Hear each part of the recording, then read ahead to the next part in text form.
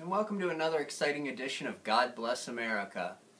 And what I like to do is I try to educate people on the perils of liberalism and the great benefits of conservatism.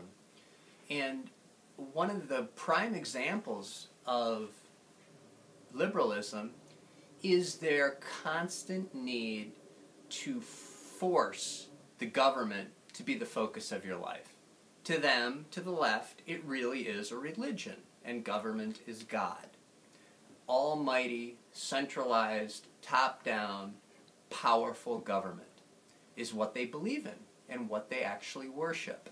That's why you'll see them demonize any sort of religions, Christians, as hayseeds, rednecks, racist, homophobe, bigots, because they're really, in essence, fighting a religious war. And they are going to convert people. It's like the Crusades. They're going to convert people eventually at the butt of a gun. That's where it always ends up. And right now, we have what Mark Levin calls a soft tyranny. And by that, it's trying to make the government the focus of everything in your life. And if you notice, one of the ways they do that, it's almost a Pavlovian process, is Rahm Emanuel, Obama's former chief of staff and now the mayor of Murderville, or as some call it, Chicago. Rahm Emanuel said, "Never let a crisis go to waste."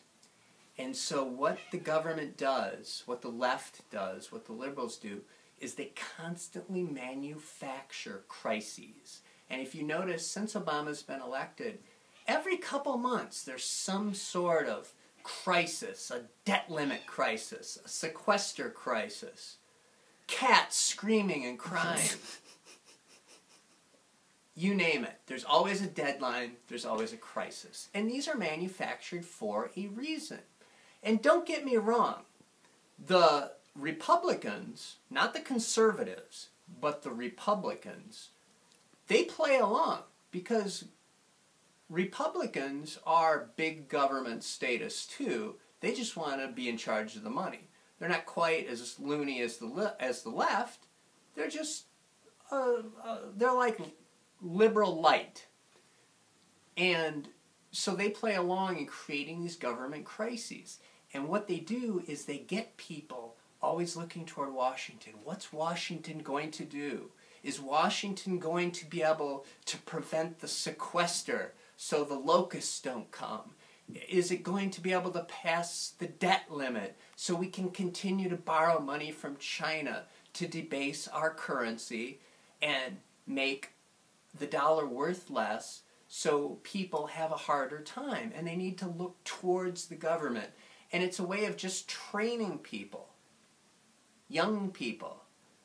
Look towards Washington, look towards the government, because that's what's going to determine your future, your fate, because we are all socialists now. We're all dependent on the government.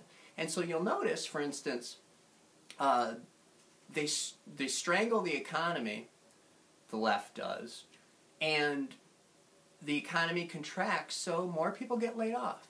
More people become dependent on food stamps. More people become dependent on unemployment benefits. And the federal government is all too happy to jump in and say, hey, we're going to have federal unemployment benefits.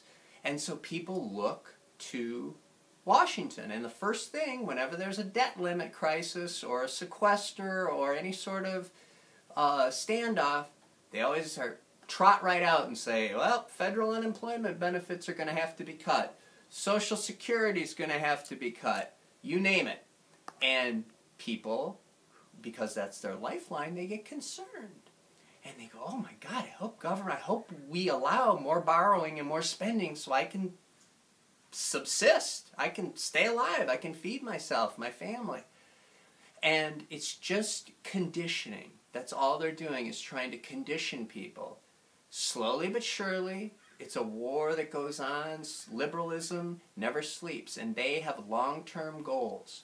They look towards a 10, 20, 30, 40-year timetable. But they win. So fight like the devil, kids, and keep it right here as I'll keep you updated on God Bless America.